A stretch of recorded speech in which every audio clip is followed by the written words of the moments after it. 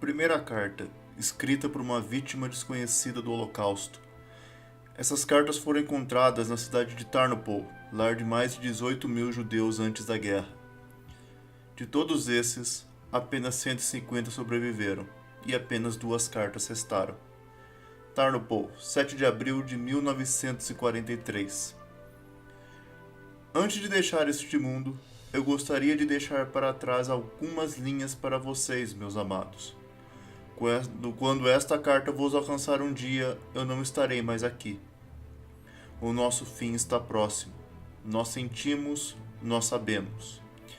Assim como os inocentes e indefesos judeus já executados, nós estamos condenados à morte. Um futuro próximo será a nossa vez. Não existe forma de escapar desta terrível morte gasosa. No início, em junho de 41, cerca de 5.000 homens foram mortos, entre eles o meu marido. Depois de 6 semanas, uma busca de 5 dias entre cadáveres me fez encontrar seu corpo. Desde aquele dia, a vida acabou para mim. Nem mesmo uma vez, em meus sonhos de garota, eu poderia ter imaginado um companheiro melhor e mais fiel. Eu apenas tive direito a 2 anos e 2 meses de felicidade. E agora? Cansada de tanto procurar entre os corpos, estava feliz de tê-lo encontrado. Existem palavras para expressar este tormento? Tarnopol, 26 de abril de 1943. Eu ainda estou viva e quero descrever para vocês o que acontece desde o dia 7 até hoje. Agora, eles nos dizem que a vez de todo mundo vai chegar. A Galícia deve estar completamente livre de judeus. Depois de tudo, o gueto deve ser destruído em 1º de maio. Durante os últimos dias, milhares foram baleados. O ponto de encontro é o nosso acampamento. Aqui milhares de vítimas são selecionadas. Em Petrikov, as coisas são assim.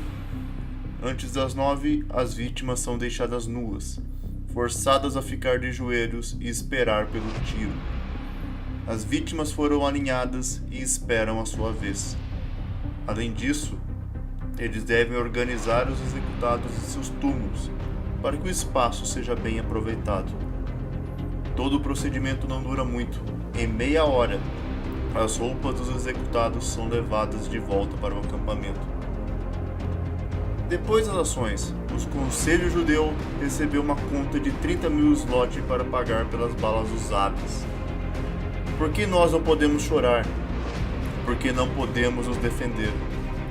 Como alguém pode ver tanto sangue inocente ser derramado e não dizer nada, não fazer nada, e apenas esperar a morte? Nós somos condenados a morrer tão miseravelmente, sem dó. Você acha que eu quero acabar assim? Morrer assim? Não, não. Mesmo tendo passado por tudo isso, o desejo pela autopreservação agora se tornou maior. A vontade de viver é mais forte. Quanto mais perto a morte fica, isso vai além da compreensão. Segunda carta. Pensamentos de um kamikaze. Em 11 de maio de 1945, Ryoji Uehara morreu depois de uma missão como kamikaze na Batalha de Okinawa, considerada a mais sangrenta do Pacífico em toda a Segunda Guerra Mundial. Na noite anterior à sua missão suicida, ele escreveu uma carta para demonstrar seus pensamentos sobre a guerra. No início do texto, ele declara estar bem ciente da tremenda honra pessoal que estar envolvido numa missão de corporação de ataques especiais do Exército, considerada a força de ataque mais gloriosa de todo o país. Mas além disso, ele mostrou que não estava cego para os motivos que levaram o país à situação em que estava. Apesar de estar disposto a cumprir a missão, não concordava com as razões de seu país. Ele acreditava que um governo autoritário e totalitário eventualmente seria defendido, e não havia como prever outro fim para nações como a Itália fascista ou a Alemanha nazista. O amor dos homens pela liberdade vai viver no futuro e na eternidade, escreveu. Sobre a função de kamikaze, ele escreveu que não passava de uma peça no avião que deveria cumprir sua missão. Era a parte que controlava a aeronave, mas não carregava nenhuma emoção. Então, nós que não somos nada mais do que peças de máquina, Não temos o direito de dizer nada, mas apenas esperar por uma coisa: que todas as pessoas do Japão se unam para fazer o nosso amado país a maior nação possível. Carta de um paraquedista canadense. Quando o exército canadense buscou voluntários para o 1º Batalhão de Paraquedas, Leslie Abram Newfield se apresentou e passou por um intenso regime de treinamento. Quando a operação que se tornou famosa na história como Dia D foi colocada em funcionamento, ele estava entre os militares em ação. Mas antes disso, escreveu uma carta que poderia ser a sua última mensagem para a família. Queridos pais, irmãos e irmãs, meu tempo para escrever é bem limitado. Apesar disso, eu preciso escrever algumas palavras apenas para que vocês saibam como as coisas estão indo. Primeiramente, 1 milhão de obrigados pelos cigarros e cartas. Eu recebi sua carta, pai, há apenas um dia. Me desculpe, mãe, porque não tenho muito tempo para responder suas perguntas agora. Pai, a hora chegou para aquele dia tão esperado. A invasão da França. Sim, eu estou nela. Eu serei o primeiro de 100 canadenses a pousar ali de paraquedas. Nós sabemos bem o nosso trabalho. Nós fomos treinados para todas as condições e circunstâncias. Nós temos uma boa chance. Eu não estou certo, mas eu espero que Len, o apelido do irmão de Leslie, Leonard, que também estava no exército, chegue alguns dias depois.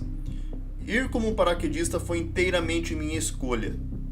Esse trabalho é perigoso, muito perigoso. Se qualquer coisa acontecer comigo, não fiquem tristes por isso, mas tenham em mente: ele serviu ao seu país com o máximo que pôde. Com esse espírito eu irei para a batalha. Eu tenho muitas expectativas de voltar e com a força de Deus estou certo que Ele vai me livrar de todo perigo. A minha confiança está em Deus. De seu amado filho, Leslie. Leslie morreu instantaneamente depois que o exército alemão reagiu ao ataque de sua campanha com explosivos. Sua companhia com explosivos. Sua carta foi entregue à sua família depois que a notícia de sua morte foi enviada. O irmão dele, Edward, declarou que essa foi a única vez que ele viu seu pai chorar.